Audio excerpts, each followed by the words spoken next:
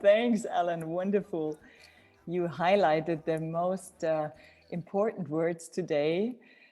First, the snow and the flow, then when the magic happens and open spaces. So this is what we are going to do right from the beginning. Let's go with the flow. Most important for transformational power, and this is what we all need together when we want to achieve lots in our projects or in our institutions, is that we need to play with the circumstances right well. Yesterday we focused on the inside and said it all starts from inside. It's not the garden, it's the mind. Today, we want to play with inside and outside, with the circumstances. And we have a guest this morning, or our team. It's Rainer Kiefer. When we talked before, he said, "Yes, Jana, you can tell I grew up with snow." He grew up in the Black Forest. Here you can see. It's not only that he grew up in the forest. Is there still snow, Rainer? A little bit. I checked Truly. yesterday. Oh my God. Okay. So wherever you are in the world and which time zone it is, we bring you into a snowy environment this morning.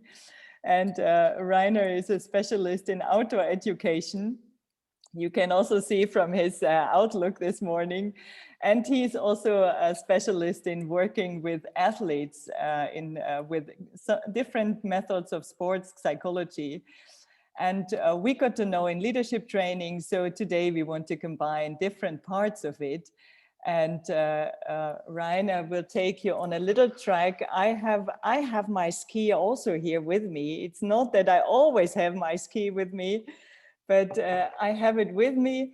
And together we can start with this little ritual. We might have a sip of coffee or a tea and jump right into this session with Rainer. So I hand over to you and share some more snowy pictures. Is this right?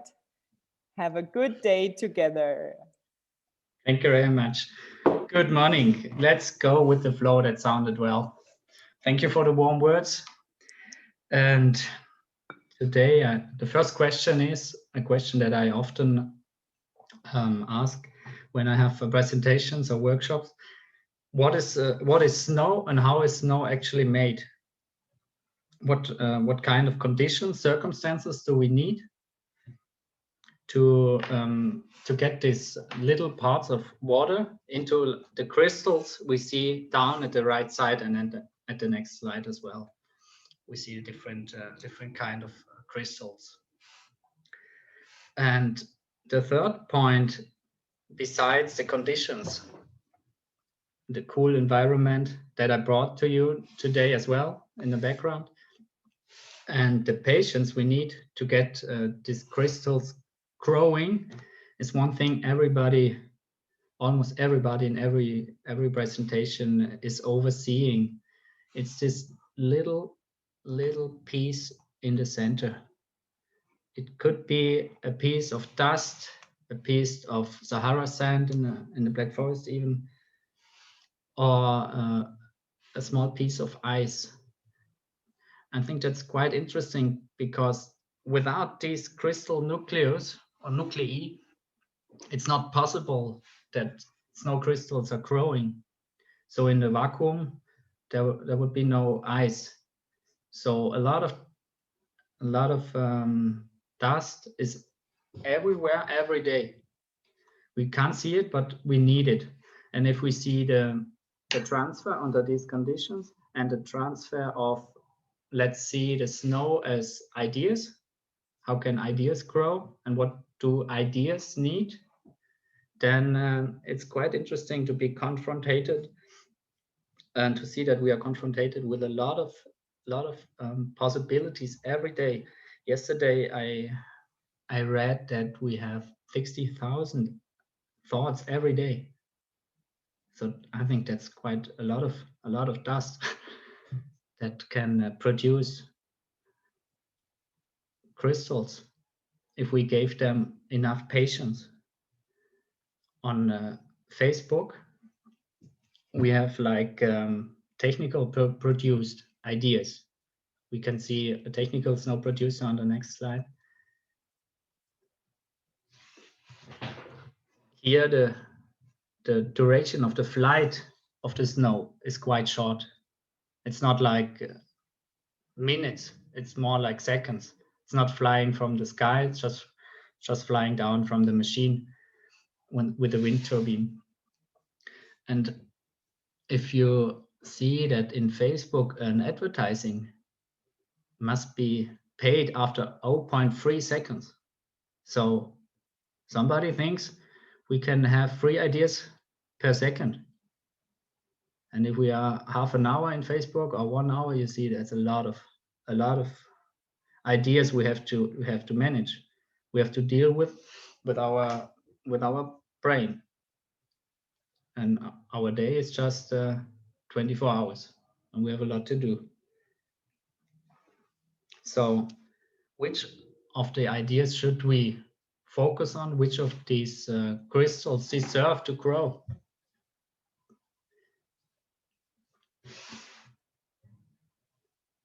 So on the next slide. Rainer, do you have experience like what is most valuable for people? So how can we choose the, like, maybe the best idea out of this thousands and thousands? How is it when you work like with snow or with the athletes? What is their choice? What do they follow? Yeah, if the technical or natural produced ideas are not managed well, we have a situation like here in the picture. So that was the right Okay, wow. perfect picture for this question. So if we are not able to deal with them immediately, they sink down, and so then we have to make our way again free. Maybe with some help, like here in the picture, or we can help ourselves to find the appropriate flight at altitude. If we see it like being in a helicopter, if we go down, we have all the details, and we are maybe somewhere down here in the pictures, just seeing the snow. And if we change the flight altitude in our mindset, we can see the landscape, and we can see the coming weather, and we can see that maybe also this big machine is quite small. And then we come back and bring this information back. And so it's, for example, for leadership, an example where you can find solution by stepping back. And for example, in our education, we have these examples for transfer, like little problems a group should solve in a half an hour. And if they have problem, it's always a help if you tell somebody, just step back a few meters. And normally they come back after some minutes with an idea, just by stepping back, just like changing the flight altitude.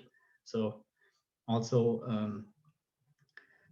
a growing distance or a change in the distance is important. And so you see that you need to be flexible, and you're just flexible. You're only flexible when you are not attached. So in all the things that happen, you have to choose the right way. And for a second, you saw a ski jumper, and yeah, why not? You see it again. And during I was just playing. You see, I'm checking my flight altitude. yeah. And then it's good if you have no attachment, even if there was a little mistake in between, to go back and be free again. This is so the flow comes with the right flight altitude, and then you said with no attachment. Yeah, and like Bernd yesterday said, outside is unequal to inside.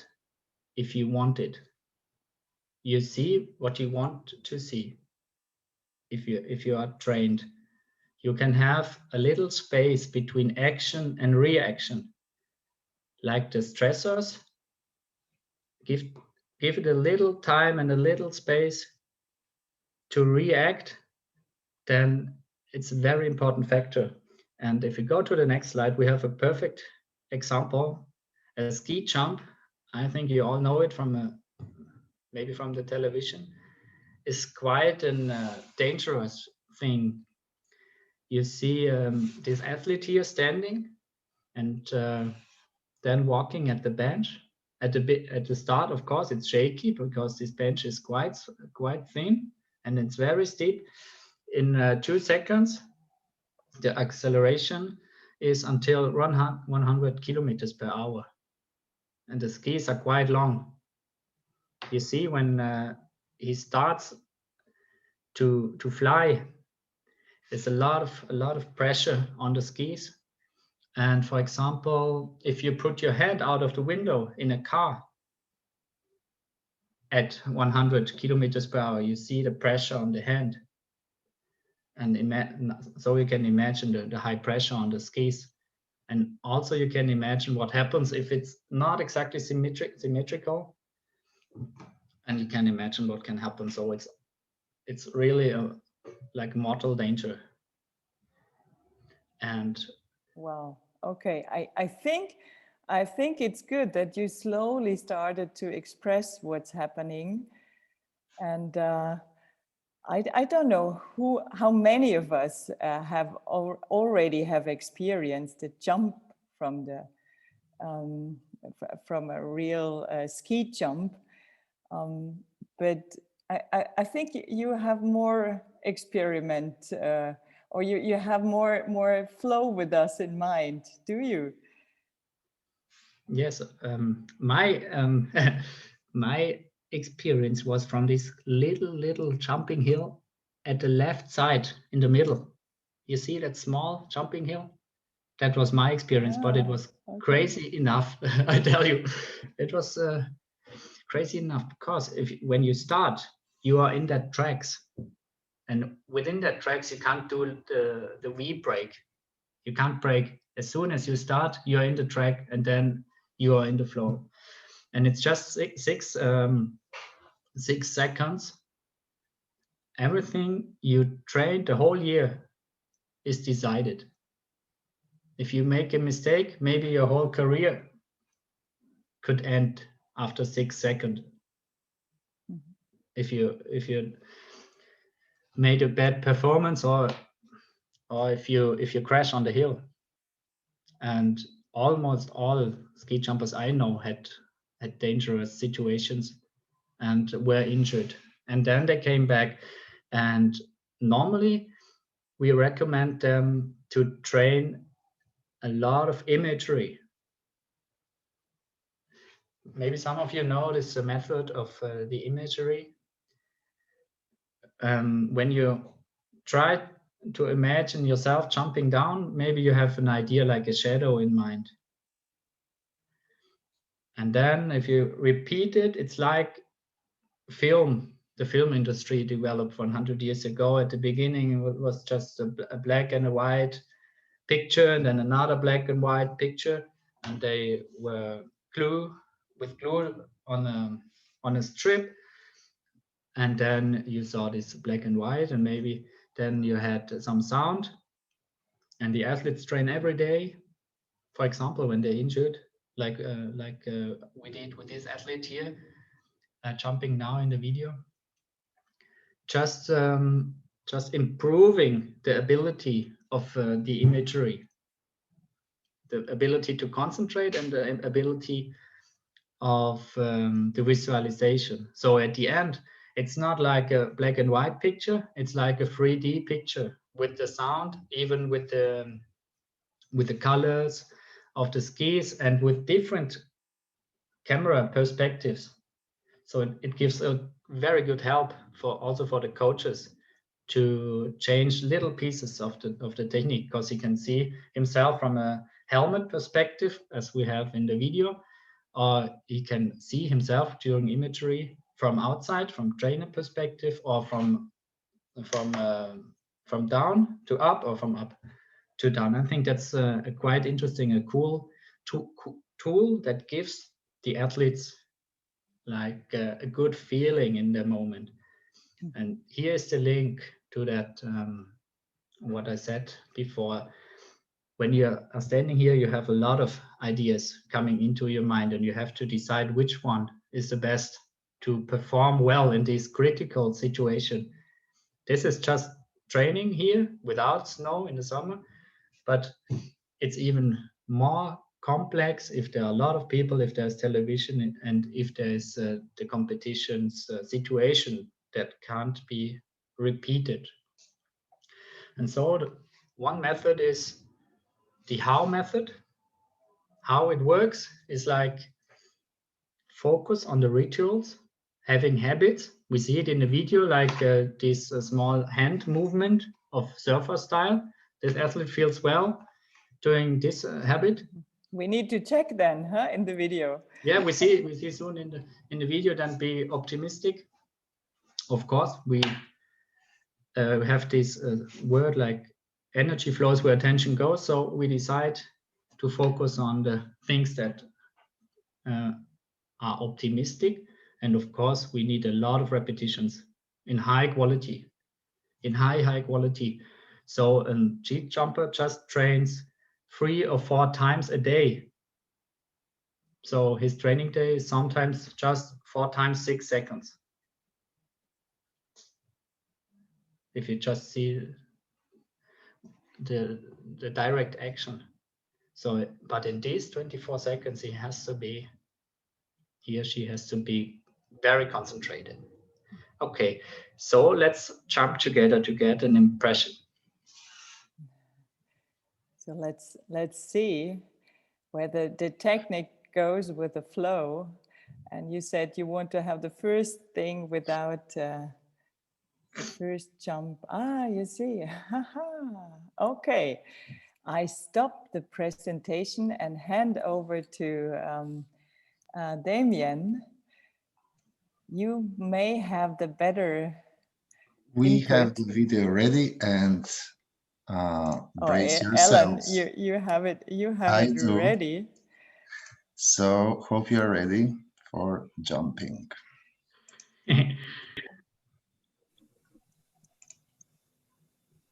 Yes, Ellen. Wonderful. Great. Thanks. That's good if the team goes with the flow. You see the habit, you see the shaky coming up at the small bench. It's quite steep there, even steeper than it seems. Difficult to walk there even without skis. And now you see for a second the beautiful Black Forest.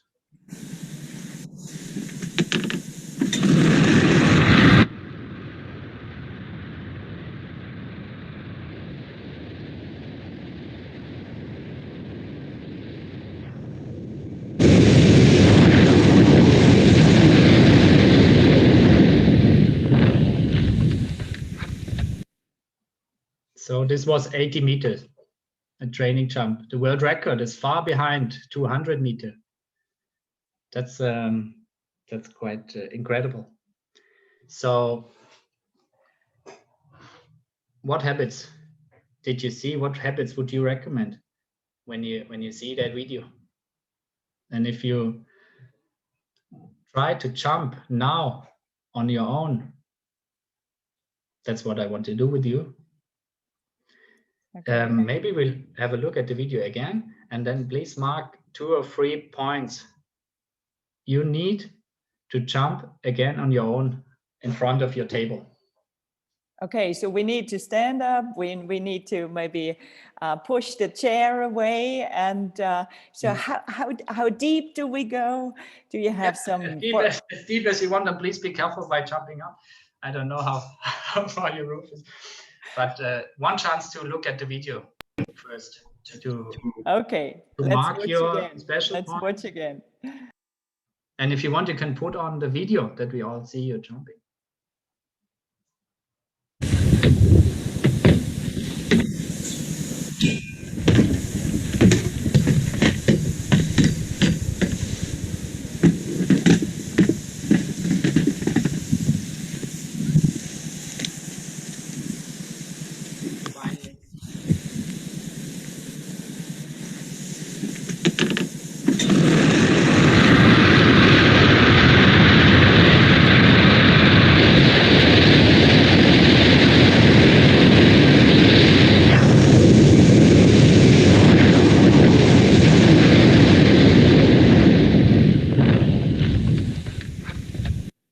Okay, are you ready for this small experiment?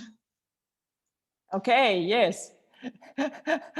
At least we can tell we have jumped from a ski jump this morning. Yes, we jump into the day. And jump into the day and maybe felt our muscles or something. Do we need a warm-up before that, Rainer? So I know 80 meters jump. It's yeah, better to have a warm-up. But if we put the chair away, then maybe we can go down and up. Sometimes that we feel flexible and warmed up. And okay, you give us some guidance with a cool movement.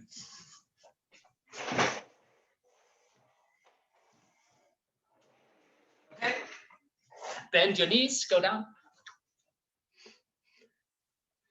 and go up, and go down, go up, and go down. A bit deeper, and go up, and go down. Okay, then imagine going on the bench, sort your skis, put the skis in track, check the binding, have a look at the valley, wait for the right moment. You feel okay, you feel ready to start, and then push you away from the bench. Accelerate, feel the wind, faster, faster, faster, and then try to hit the exact point of jumping. Jump, fly, fly, fly, feel the wind and the pressure on the skis, and then land in Telemark. And be happy, you did well. Okay, now we do it according to the video simultaneously. If you close your eyes, just use the sound to bring your imagination together with your movement. Okay. Okay, we watch the video at the same time and go. Yeah, we need the sound of the video. Okay. And we close our eyes and jump. Synchronous with the video. So okay, Alan, one more time the video, please. Video with sound. With sound. And we only listen to the sound. Okay. And we have our imagination, we know what to do. And in the best case, we jump at the same moment.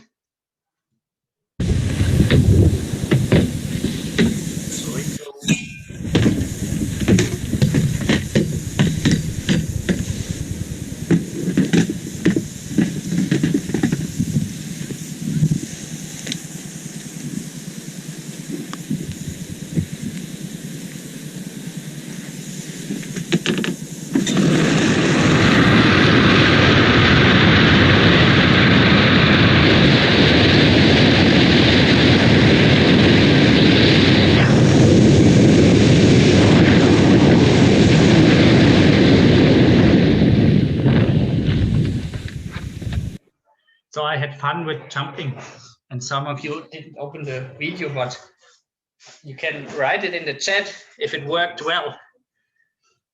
I completely missed the jumping point. Oh my God.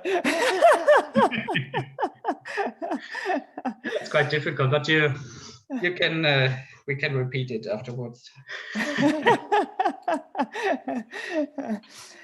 So that was a little basket of transfer possibilities according to Snow, and the idea is just discover what your day will bring and choose the right snowflakes to grow, to be patient with, to put energy on.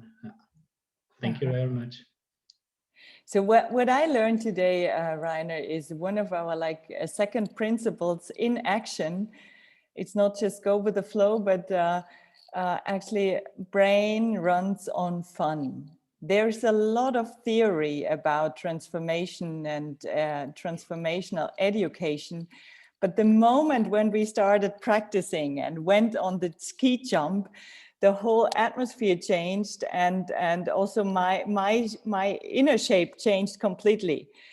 So what I think is when we, as the ones who work in education, are able to include people as much as possible in those kinds of experiments you had yesterday in the Bridge 47. You may have today with when the magic happens, when the singing comes and all of that. It becomes like something that is inherent of us, and we are the transformational power then actually. And the way to come to this, this is like snow crystals, flight attitude, no attachment, and all the whole package together. And then if we can practice in a team, it's even more fun. So what is this actually what most of your athletes like most when you work with them? So what's the momentum most of them really enjoy? Besides the funny games in the team building, they all love. I think it's the like special tricks in a waiting room before you go out on the track, to deal with the stress and to deal with the competitors. There are some little exercises I think they love most, because some of them are quite funny. It's great. It's great. Yeah. That's actually, I didn't know that you will answer that, but I think that is the most crucial point, maybe also to go towards like the next program of the day. The transformational power for most of us, also the flow, is an inherent capability. Just sometimes there is something in between, like when there's a shadow over the moon or a shadow over the sun. And when we are able to remove this shadow, like in those moments of transition that you described with a little trick or with an action or with a wonderful idea or an image that helps us, we can really tap into the full potential of our own power there, and we can play with the circumstances. So managing the transitions, like we did this with the morning and with the start of the day, is just one crucial point for any transformation. And it starts with being already in the track, feeling how the wind goes, having the moment of jumping. And then when the flow once started, the fear is gone, and the rest of the day or the flight or the project will go probably a lot of moments very fine. Is it? Yeah. So the transition is the key. Yeah, it's like a reframing, and it helps to feel your body as well at the moment. And wonderful. Even so we have the body with us now, the body and our bodies around here. And with that, I hand over back to Ellen for the rest of a wonderful day and really nice and interesting programs. Thanks a lot for this second opportunity. And tomorrow we'll see again and connect all the dots together.